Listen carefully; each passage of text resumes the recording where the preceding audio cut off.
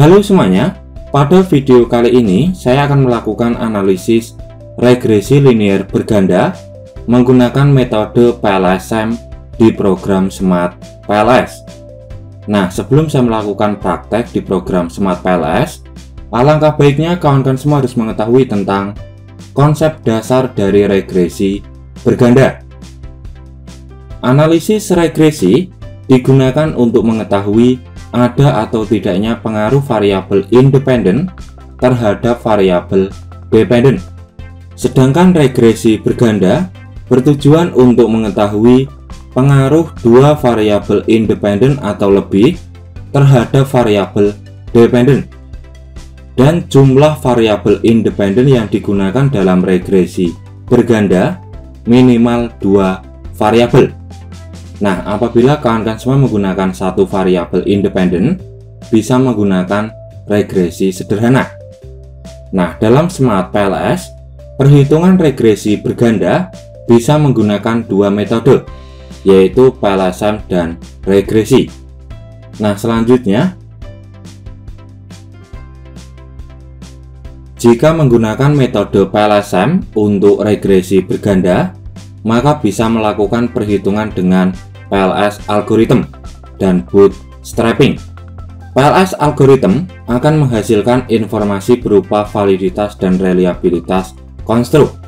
Lalu ada hasil validitas diskriminan, ada R-square atau koefisien determinasi, selanjutnya ada F-square atau FXS, ada juga SRMR untuk mengetahui apakah model yang digunakan itu fit atau tidak. Dan ada juga uji multikolineritas. Nah, untuk uji multikolineritas merupakan uji prasyarat dalam analisis regresi berganda. Sedangkan perhitungan bootstrapping merupakan suatu prosedur non-parametrik yang tujuannya untuk memecahkan masalah data yang tidak normal, terutama jika sampelnya sedikit. Nah, perhitungan bootstrapping dalam regresi berganda akan menghasilkan path coefficient atau pengaruh langsung yang tujuannya untuk menjawab apakah variabel independen berpengaruh signifikan terhadap variabel dependen secara langsung. Nah, selanjutnya di sini ada kriteria pengujian dalam outer model. Nah, untuk outer model ada dua uji statistik, yaitu uji validitas dan uji reliabilitas. Nah, untuk kriteria pengujiannya ini ya bisa dilihat sendiri. Nah, di sini ada catatan sedikit ya. Dalam Smart PLS memberikan indikasi berdasarkan warna. Jika hasil yang diperoleh berwarna hijau, artinya baik. Dan jika warnanya merah, artinya buruk. Nah, selanjutnya di sini ada kriteria pengujian dalam inner model. Nah, untuk inner model terdapat beberapa uji statistik, yaitu multikolineritas, R-square, goodness of fit, F-square atau FXS, dan yang terakhir yaitu path coefficient atau direct effect. Nah, untuk kriteria pengujiannya bisa dilihat sendiri ya, kawan-kawan semua. Nah, setelah kita mengetahui tentang konsep dasar dari regresi berganda, lalu mengetahui tentang kriteria pengujian dari outer ataupun inner model, selanjutnya saya akan menunjukkan contoh data yang ada di program Microsoft Excel. Nah, ini ya, ini merupakan contoh data untuk analisis regresi berganda menggunakan metode PLSM di program Smart PLS. Nah, langsung saja kita buka software Smart PLS. Nah, di sini saya menggunakan Smart PLS versi 4 ya, di mana Smart PLS 4 merupakan Smart PLS versi terbaru. Nah, langsung saja untuk tahap awal kita bisa pilih New Project. Nah, ini tuliskan regresi berganda, lalu pilih Create. Nah, selanjutnya kita lakukan import data. Nah, ini ya, pilih import data file. Nah, ini datanya sudah saya siapkan. Kita klik 2 kali, lalu pilih import. Nah, ini merupakan hasil statistik deskriptif tiap item, baik dari variabel independen ataupun variabel dependen. Nah, selanjutnya kita pilih back, lalu pilih create model. Di bagian model tipe kita bisa pilih PLS SAM. Lalu untuk model name kita tuliskan regresi berganda. Lalu pilih save. Nah, tahap selanjutnya saya akan menggambar diagram jalur. Nah, yang pertama yaitu variabel X1. Kita blok item pertama pada variabel X1 sampai item kelima pada variabel X1. Lalu kita drag ke sebelah kanan.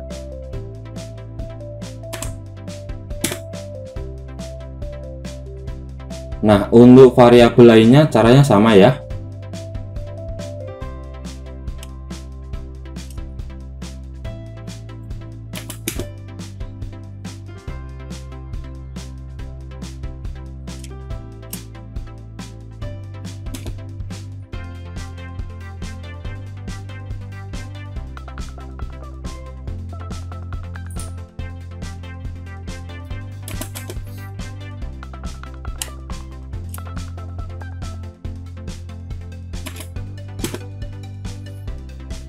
Nah, setelah selesai kita rapikan dulu.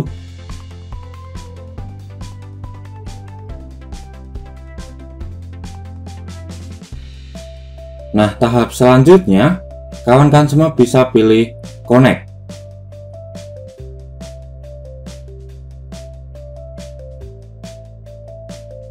Nah, seperti ini ya kawan-kawan semua. Untuk perhitungan yang pertama, kita bisa melakukan perhitungan PLS SAM algorithm. Caranya, kita bisa pilih calculate, lalu pilih PLS SAM algorithm, lalu pilih start calculation. Nah, di sini sudah muncul ya hasilnya. Kita buka kembali file PDF untuk mengetahui kriteria pengujian dalam outer model. Nah, yang pertama ada uji validitas konvergen berdasarkan loading faktor. Nah, kita bisa pilih yang ini, outer loading. Nah, bisa dilihat pada output Smart PLS yang ini ya, di mana nilai loading faktor tiap item, baik variabel X1 sampai variabel Y, memiliki nilai loading faktor yang lebih besar dari 0,70 dan nilainya berwarna hijau, yang artinya asumsi validitas konvergen berdasarkan loading faktor sudah terpenuhi, atau bisa dikatakan semua item yang digunakan sudah valid. Nah, selanjutnya untuk validitas konvergen berdasarkan nilai AV, kita bisa pilih construct reliability and validity. Nah, pada kolom yang ini ya, di mana nilai AV tiap variabel memiliki nilai yang lebih besar dari 0,50 dan berwarna hijau, yang artinya asumsi validitas konvergen berdasarkan nilai AV sudah terpenuhi atau sudah lolos. Nah, selanjutnya untuk uji reliabilitas di sini menggunakan dua metode, yaitu Cronbach Alpha dan Composite Reliability. Nah, untuk metode yang pertama yaitu Cronbach Alpha, di mana nilai Cronbach Alpha tiap variabel memiliki nilai Cronbach Alpha yang lebih besar dari 0,70 dan nilainya berwarna hijau, yang artinya asumsi uji reliabilitas berdasarkan Cronbach Alpha sudah terpenuhi. Nah, selanjutnya untuk uji reliabilitas berdasarkan composite, kawan-kawan semua bisa fokus pada kolom yang ini, composite reliability, di mana nilai composite reliability tiap variabel memiliki nilai composite yang lebih besar dari 0,70 dan nilainya berwarna hijau, yang artinya asumsi uji reliabilitas berdasarkan composite reliability sudah terpenuhi atau sudah lolos. Nah, selanjutnya untuk validitas diskriminan, kawan-kawan semua bisa pilih yang ini, diskriminan validity. Nah, bisa dilihat nilainya sudah berwarna hijau dan nilai ini kurang dari 0,90. Nah, nilai ini merupakan nilai HTMT dalam validitas diskriminan. Nah, berhubung nilainya berwarna hijau, artinya asumsi uji validitas diskriminan berdasarkan HTMT sudah terpenuhi atau sudah lolos. Nah, selanjutnya untuk kriteria pengujian inner model. Nah, untuk uji statistik yang pertama yaitu uji multikolineritas. Nah, pada Smart PLS kawan-kawan semua bisa pilih yang ini, yang inner ya, dimana nilai VIF tiap variabel memiliki nilai VIF yang kurang dari 10, yang artinya asumsi uji multikolineritas sudah terpenuhi atau sudah lolos. Nah, selanjutnya ada R-square. Nah, kawan-kawan semua bisa pilih yang ini, dimana nilai R-square sebesar 0,274 dan nilai adjusted R-square sebesar 0,251. Nah, mungkin sampai di sini kawan-kawan semua muncul sebuah pertanyaan, mana nih yang akan kita gunakan? Nah, berhubung di dalam video ini saya menggunakan regresi berganda, maka penggunaan koefisien determinasi bisa menggunakan adjusted R-square, yaitu sebesar 0,251, yang artinya sumbangan pengaruh variabel independen terhadap variabel dependen secara bersamaan atau secara simultan sebesar 25,1%. Nah, nilai tersebut tergolong model yang lemah.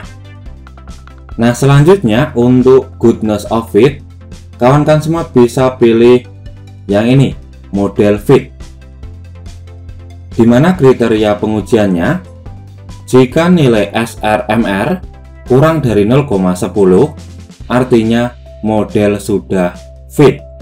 Nah, bisa dilihat nilai SRMR sebesar 0,040. Nilai ini kurang dari 0,10, yang artinya model yang digunakan sudah fit. Nah, selanjutnya untuk uji F-square atau FXS, kita bisa pilih yang ini,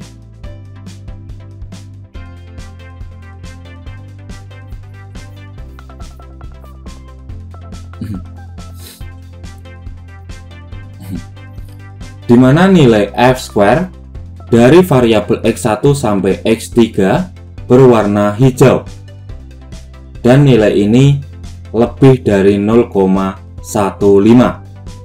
yang artinya kemampuan variabel independen baik variabel X1, X2, dan X3 untuk memberikan dampak terhadap variabel dependen tergolong sedang atau menengah, dikarenakan nilai F-square lebih dari 0,15 dan kurang dari 0,35. Nah, selanjutnya untuk uji hipotesis kita bisa menggunakan PET coefficient. Nah, untuk memunculkan hasil uji hipotesis kita bisa ini ya, pilih edit, lalu pilih calculate, selanjutnya pilih bootstrapping, lalu pilih start calculation.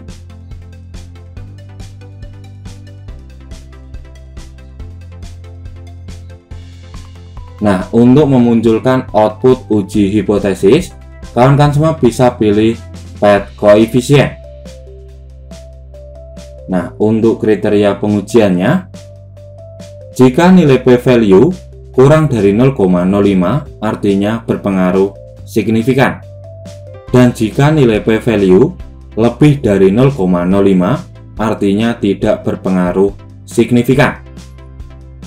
Nah, bisa dilihat nilai p-value variabel X1, X2, dan X3 sebesar 0,000, yang artinya nilai tersebut kurang dari 0,05 dan ditambah lagi nilai ini berwarna hijau, maka bisa ditarik kesimpulan bahwa variabel X1, X2, dan X3 berpengaruh secara signifikan terhadap variabel dependen secara parsial atau secara sendiri-sendiri.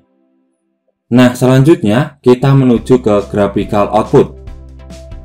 Nah, ini merupakan rekapitulasi hasil dari regresi berganda. Nah, di sini ada menu-menunya ya. Untuk construct, berhubung ini regresi berganda, kita akan menampilkan adjusted R square. Lalu untuk outer model, ini kita hilangkan saja nggak apa-apa. Selanjutnya di bagian inner model, kita bisa tampilkan path coefficient dan p value. Nah, seperti ini. Ya, kurasa cukup sekian penjelasan dan cara praktek bagaimana melakukan regresi berganda menggunakan metode PLSM di program Smart PLS. Ya, saya akhiri. Selamat malam dan good luck.